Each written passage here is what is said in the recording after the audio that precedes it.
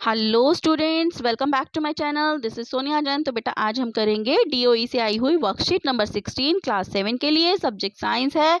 Date है इसकी 25 नवंबर। Topic है हमारा न्यूट्रलाइजेशन। तो बेटा वर्कशीट स्टार्ट करने से पहले अगर आपने मेरे चैनल को सब्सक्राइब नहीं किया है तो जल्दी से चैनल को सब्सक्राइब कर दीजिए, बेल आइकन को प्रेस कर दीजिए ताकि जब भी मैं नेक्स्ट वीडियो अपलोड करूँ तो उसका नोटिफिकेशन आपको मिल जाए। तो चलिए स्टार्ट करते हैं। Neutralisation, the reaction between an acid and base is known as neutralisation. वो रिएक्शन जब एसिड और बेस को मतलब एसिड और बेस के बीच में जो रिएक्शन होता है उसे हम कहते हैं neutralisation. A neutralisation reaction can be represented as, अब न्यूट्रलाइजेशन रिएक्शन को हम कैसे दिखा सकते हैं? Acid plus base. हमने क्या पढ़ा है कि एसिड और बेस के बीच में जो रिएक्शन होता है तो एसिड प्लस बेस दोनों को मिलाया जाता है तब कोई सॉल्ट बनता है और वाटर बनता है। तो दिस इज न्यूट्रलाइजेशन। ठीक है, ये सॉल्ट बेटा, जो ये सॉल्ट आप नमक खाते हो वो वाला सॉल्ट नहीं है। ठीक है, इस चीज का ध्यान रखना। ठीक है, और सॉल्ट और पानी बनता है। ठीक है, अब आगे है some heat is always evolved और प्रोड्यूस्ड इन न्यूट्रलाइजेशन रिएक्शन।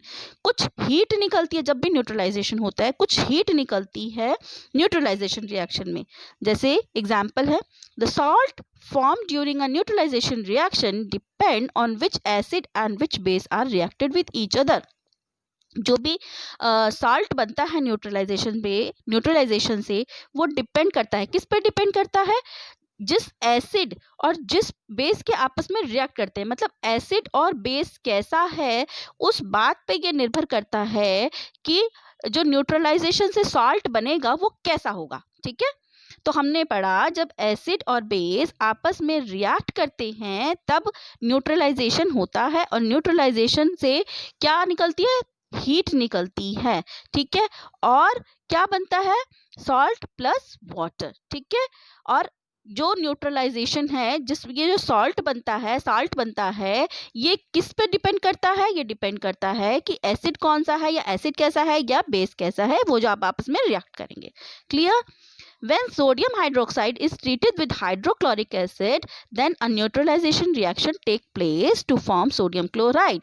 जब हाइड्रोक्साइड को सोडियम हाइड्रोक्साइड को हाइड्रोक्लोरिक एसिड के साथ रिएक्ट किया जाता है तब जो न्यूट्रलाइजेशन रिएक्शन होता है तो उससे क्या बनता है? कौन सा सॉल्ट बनता है?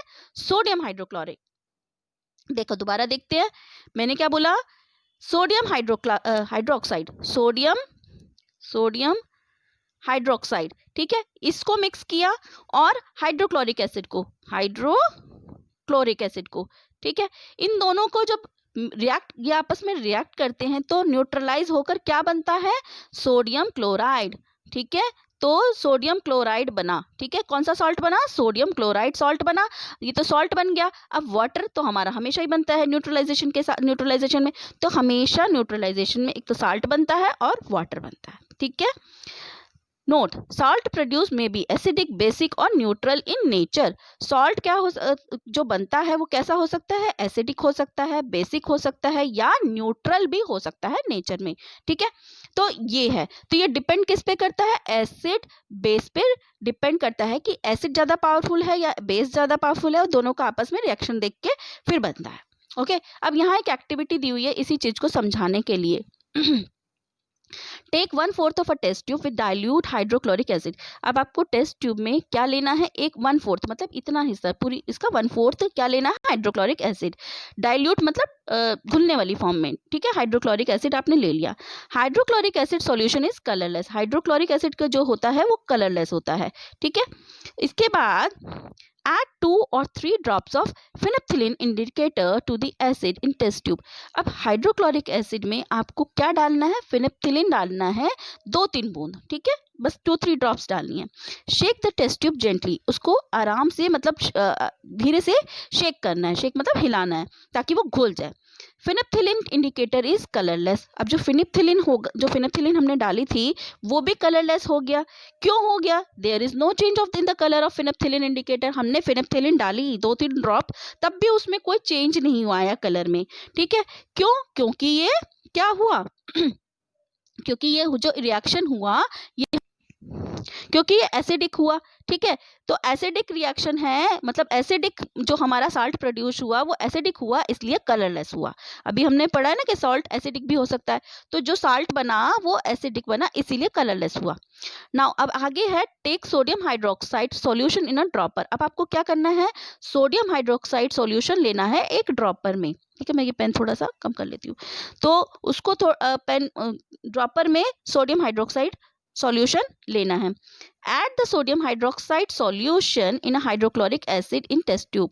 अब जो आपके पास एक हाइड्रोक्लोरिक एसिड जैसे कि आपने पहले लिया था टेस्ट ट्यूब में, उसी तरीके से हाइड्रोक्लोरिक एसिड को टेस्ट ट्यूब में लेना है, और ड्रॉपर में, ड्रॉपर होता है ना जिसमें बूंद बूंद करके निकलता है, उसमें लेना है आपको सोडियम हाइड्रोक्साइड। अब क्या करना है, आपको उस टेस्ट ट्यूब में थोड़ा सा सोडियम हाइड्रोक्साइड ऐड करते जाना धीरे धीरे। Continue to add sodium hydroxide solution drop by drop, मतलब एक एक बूंद करके। Still, a light pink color just appear in solution in test tube। और आपको तब तक ऐड करना है धीरे धीरे 1-1 ड्रॉप करके जब तक में उसमें पिंक कलर ना आ जाए। When we stop adding, और जैसे ही उसमें पिंक कलर आ जाए आपको वो ऐड करना बंद कर देना है। When we then stop adding more of sodium hydroxide solution, जैसे ही पिंक कलर आ जाता है हमें रोक देना है और ऐड नहीं करना, ठीक है।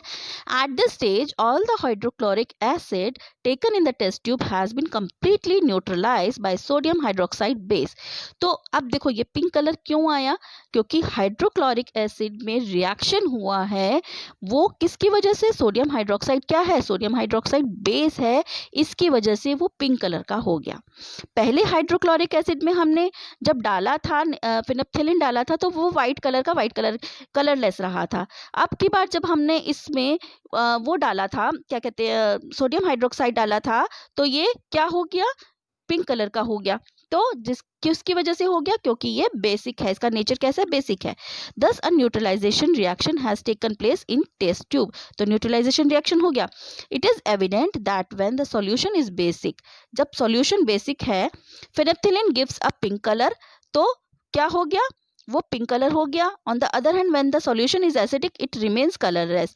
तो जब सॉल्यूशन जो होता है एसिडिक होता है वो कलरलेस होता है, ठीक है, समझ में आया। जब एसिडिक होगा तो कलरलेस होगा, जब बेसिक होगा तो वो पिंक कलर का हो जाएगा।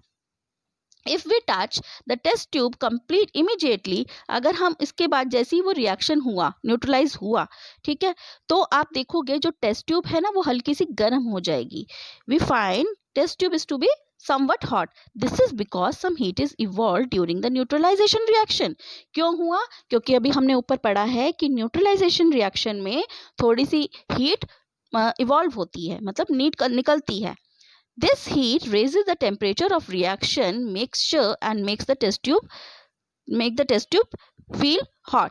अब क्या हुआ, जब हीट निकली तो इससे क्या हुआ, टेम्परेचर बढ़ा तो उससे क्या हुआ, टेस्ट ट्यूब भी गर्म हो गई। तो बेटा समझ में आई वर्कशीट। कहने का मतलब ये है कि जब हम किसी भी एसिड और बेस को रिएक्ट करते हैं तो न्यूट्रलाइज होता है, न्यूट्रलाइज से साल्ट प्लस वाटर बनता है, and this is not the वैसा सॉल्ट की जो हम खाते हैं, ठीक है, एक साल्ट बनता है, एक प्रोडक्ट जिसे कह सकते हैं वो बनता है, ठीक है। अब ये जो साल्ट बनता है ये डिपेंड करता है कि एसिडिक है बेस पे, इन दोनों पे डिपेंड करता है, ठीक है। अब हमने अगर एसिडिक होगा अगर एसिडिक होगा तो वो कलरलेस हो जाएगा, और अगर बेसिक के साथ रिएक्ट करेंगे तो वो पिंक कलर का हो जाएगा। और सॉल्ट प्रोड्यूस में भी, वो सॉल्ट जो भी प्रोड्यूस होता है वो तो या तो एसिडिक हो सकता है, बेसिक हो सकता है, या न्यूट्रल हो सकता है। अब हम पढ़ेंगे इसके question answer. What name is given to the reaction in which an acid react with the base to form a salt and water? क्या नाम दिया जाता है उस रिएक्शन को जब एसिड और किसका रिएक्ट किया जाता है, बेस को, तो अभी हमने पढ़ा न्यूट्रलाइजेशन नाम दिया जाता है ना उसे, कि जब एसिड और बेस को रिएक्ट किया जाता है तो उसे हम क्या कहते हैं, न्यूट्रलाइजेशन। अगला है sodium hydroxide and hydrochloric acid neutralise each other to form salt and water. जब सोडियम हाइड्रोक्साइड और हाइड्रोक्लोरिक एसिड को न्यूट्रलाइज किया जाता है, रिएक्ट किया जाता है, तो सॉल्ट एंड वाटर फॉर्म होता है। यस, हमने पढ़ा है बेसिक और एसिड को जब रिएक्ट करते हैं तो क्या होता है, न्यूट्रलाइज होते हैं, और न्यूट्रलाइज होने पर क्या बनता है, साल्ट बनता है और वाटर बनता है। सो दिस इज ट्रू, ठीक है, दिस इज ट्रू। नेक्स्ट है salt produce during neutralisation reaction में भी dash dash and dash. Salt जो भी प्रोड्यूस होता है न्यूट्रलाइजेशन पे वो कैसा कैसा होता है, अभी हमने पढ़ा है यहाँ पर कैसा होता है, वो एसिडिक होता है, बेसिक होता है या न्यूट्रल होता है। ठीक है, तो इसका आंसर हम यहाँ लिख देंगे एसिडिक, बेसिक, यहाँ पे सॉल्ट नहीं बेटा न्यूट्रल लिख देंगे, न्यूट्रल। ठीक है, न्यूट्रल, तो या तो वो एसिडिक होगा या बेसिक होगा या फिर वो न्यूट्रल होगा। ओके, अगला है explain why if we touch the test tube immediately after carrying out the neutralisation reaction of an acid and base in it is found to be somewhat hot. बताइए जब इनके बेसिक और इसके बीच में acid के बीच में जब न्यूट्रलाइजेशन रिएक्शन होता है तो टेस्ट ट्यूब जो होती है वो गर्म हो जाती है। ऐसा क्यों होता है, तभी की तभी एकदम गर्म क्यों हो जाती है? ऐसा इसलिए होता है बेटा, अभी हमने क्या पढ़ा है, दिस इज बिकॉज, इसका आंसर ये है some heat is evolved during the neutralization reaction. This heat raises the temperature of reaction mixture and make the test tube feel hot. तो ये इसका आपका आंसर यहाँ से यहाँ तक पूरा लिख देंगे, तो ये आपका फोर्थ का आंसर हो जाएगा। ठीक है बेटा, आई होप कि आपको ये वर्कशीट अच्छे से समझ आ गई होगी। फिर भी अगर कोई प्रॉब्लम है तो आप मुझे कमेंट सेक्शन में करके लिख के बता सकते हैं। ठीक है, सो अगर आपको मेरी वीडियोस अच्छी लगती है तो प्लीज़ उन्हें लाइक कीजिए, अपने फ्रेंड्स के साथ शेयर कीजिए, मेरे चैनल को सब्सक्राइब कीजिए। So stay tune for more videos, till then bye bye.